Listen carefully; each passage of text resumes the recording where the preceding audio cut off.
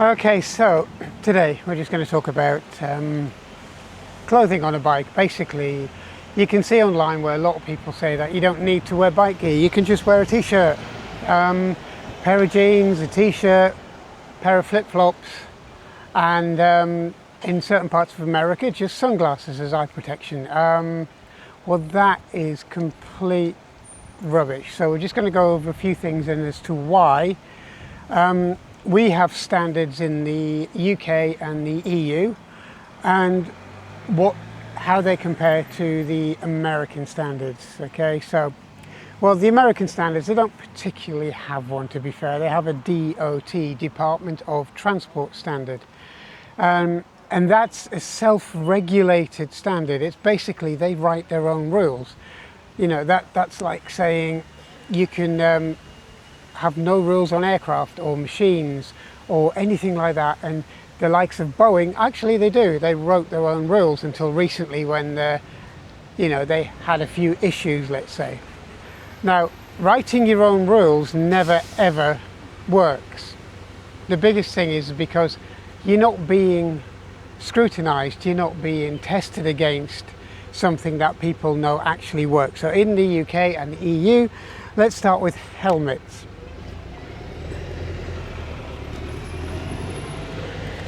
Okay, so we have a helmet here. It's quite an expensive helmet. It's a carbon lid. It's by a manufacturer that I actually like because they fit, and they fit really well, and that's HJC. I have tried Shoei and K-Berg and all of the others like Arai and stuff like that, and they just don't fit the way I like them to. So I tend to go with HJC, and that's the biggest part of it. If you're wearing something that doesn't fit, okay, then there's no point wearing it at all. For example, if your helmet's too small, it's going to be horrible to use.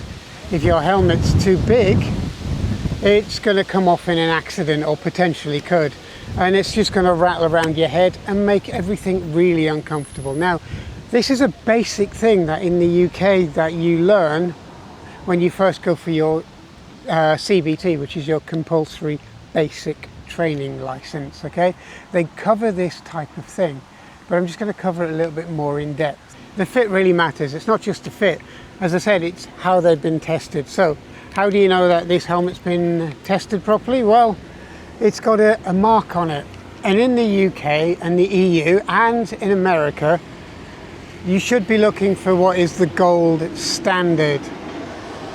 The gold standard really is the ECER 2206. It was the 2205 until recently, but it's been upgraded to the 2206. That means this helmet's been tested for impacts at high speeds, low speeds, drop tested, and so on. The visors have been tested, the straps have been tested to make sure that everything works the way it should do, and it's not going to make it worse in the event of an accident. So this helmet's been properly tested.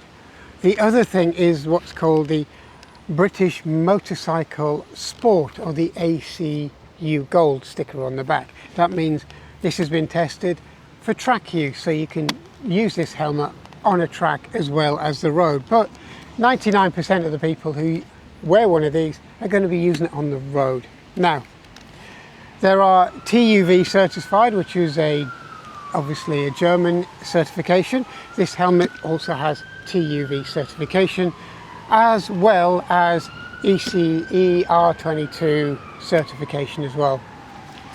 It means that this is going to work, it's going to do its job. Now, DOT, Department of Transport testing, really doesn't go into any of that sort of testing, so you're really relying on what the manufacturers think should work, and most of that time it's just one level of testing, so a medium to sort of high-ish speed impact test, and that is it. So why wouldn't you want to use a helmet on the road? Why wouldn't you want to? Why would you want to ride with basically your hair in the wind and a pair of sunglasses? Well,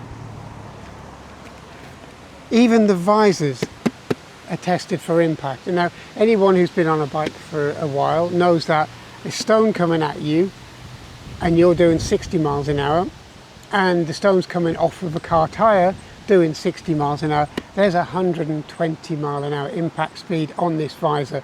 The last thing you want it to do is go through into your face, which is why they are tested to make sure that it's not going to cause you any harm, and it's going to mitigate the harm and deflect whatever's coming at you, which is what this is all about. So that's just your basic helmets. Okay, so really the only way you're going to know if a helmet's going to work, like these two carbon helmets here, is if they've been tested. Don't rely on YouTube numpties who say that you don't need to wear it and any helmet will do, and a DOT one will do the job. But it doesn't. The DOT one, you know, you couldn't pay me to wear a DOT only certified helmet, because I don't think they're going to do the job of a properly tested unit. Okay, and the other one's a Sharp rating, which goes one stage further. It tests certified helmets such as the ECR 2206 helmets to see how much they will take before they get into basically destroyed, and that goes one step further. But generally though, the gold standard for road use is the ECR 2206 and upwards certification as they bring new trials and new testing criteria out. So the next one is, don't do what Fortnine says, is take your motorcycle jacket, like one of these, and start taking the armour out of it. Okay, it's there for a reason. Okay, a long time ago a motorcycle racer called James Hunt basically invented the backpack, or the back protector rather, and that's because he knew a lot of accidents, in a lot of racing accidents, etc. It was your spine that would take a lot of the impact and the brunt, and it's one part of your body that is incredibly difficult to fix. So in a jacket like this, okay, you wouldn't catch me riding around in a t-shirt. Doesn't matter if it's 35 degrees or almost 100 degrees Fahrenheit like it is today, simply because I've seen and I know what happens when somebody does that and they have even the smallest of off. That could be the end of your walking days if you hit the wrong part of your spine. There are two main parts of the certification for armour in a jacket. The first one, it will be great for general road riding, general use if you're going around towns and cities, and even on slightly faster roads like highways and motorways and that, it's going to take the impact. Now, you can research the amount of force that each one puts through, but a certified back protector or shoulder protectors or elbow protectors take a little bit more force before it transmits that force through to you. But whichever you get, you know that a UNECE certified armour is going to do you some good. If you're ever in an accident, it's going to take that impact away.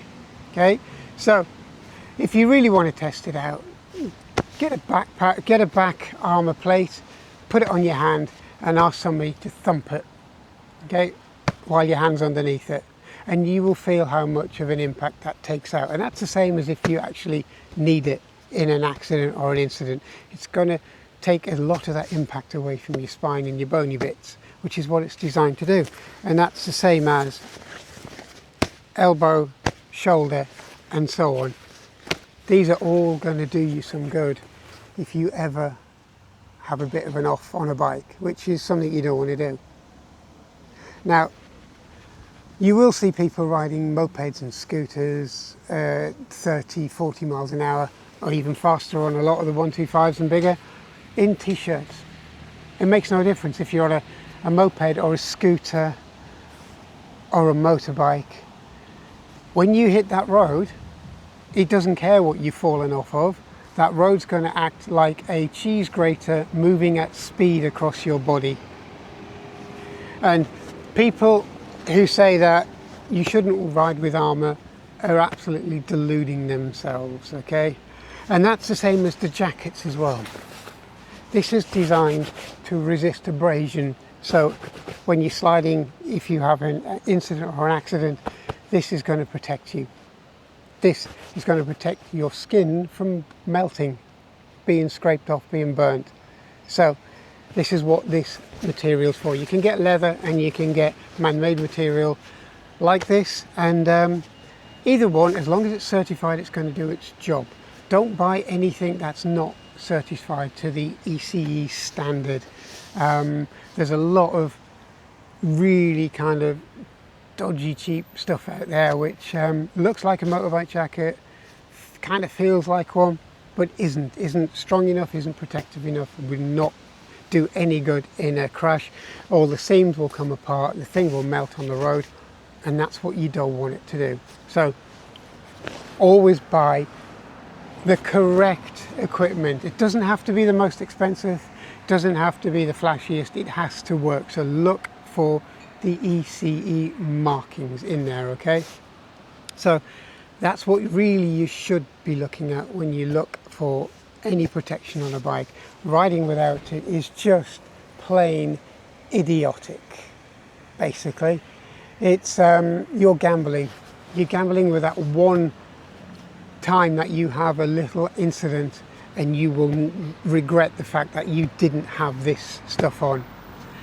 Well, that goes for jeans. I like motorcycle jeans. They have impact and abrasion resistance. They have aramid or Kevlar style linings, again for that abrasion resistance, and it's all the same. Look for ECE rated stuff, okay? If you value your skin, that's what you should be looking for every single time. And it doesn't matter if it's boots, if it's jackets, if it's trousers, if it's gloves, make sure they are rated and they have protection for their knuckles, for your palms, little slider flaps so you can actually slide down the road without it wearing through. Anything like that's going to give you an advantage if you have a little bit of an incident. Okay, it could only be a little one, but you'd be surprised how such a small incident, such as falling off a pedal bike, can hurt. Imagine that with a 300 kilogram motorcycle attached to it. That's going to be a lot worse. Okay, so the other thing is this is a supposedly all-season jacket. You've just got literally the breathable liner, the waterproof outer, and lots of vents. But in 35-degree heat, it's going to get warm. You can't help it. That's the way it is, okay? Doesn't matter how breathable it is, you're going to get hot. You've also got liners to put inside of them to keep you thermally adjusted in the winter, which just zip in and can be taken out during the summer. They're very adaptable, same as your trousers. If you get this similar style trousers, leather, not so much, because leather is hot regardless and cold in the winter. So it's up to you, your choice, as long as you are protected. The way you want to look, the way you want to appear on your bike is completely up to you. So just think about what you're doing on a bike and think about the what ifs, and then you'll be okay. But don't get anything that's not properly certified, okay? Otherwise you're just gambling with the what ifs, and the what if will happen one day. It's just inevitable when you're on a bike. It's just, it's going to happen at some point. So the best thing is to prepare before it happens. So yeah, try not to, you don't have to buy the most expensive gear in the world or the flashiest, you just got to buy stuff that works, okay? At the end of the day, when you're on a bike, no one's looking that closely at what you're wearing, because you're going past them at 50 miles an hour. No one can really see, to be fair. And if you're that much bothered about labels and all of this kind of thing, then don't get sucked into buying things that look good but don't do the job, because that, again, that is pointless. That is just throwing your money away and potentially throwing your life away. So yeah, I hope this was useful, okay? Don't ride around in t-shirts. Don't ride around in shorts or flip-flops. Not a good thing. Okay. If you want fully waterproof gear, get a rain suit which packs up really small and you can put it over if you are ever out in a storm. And it's going to do you more than these really shower-proof riding gear, which is what most leather, Cordura and 3M stuff's all about. Okay, so I hope you enjoyed this, and I'll speak to you soon. Thank you. Bye-bye.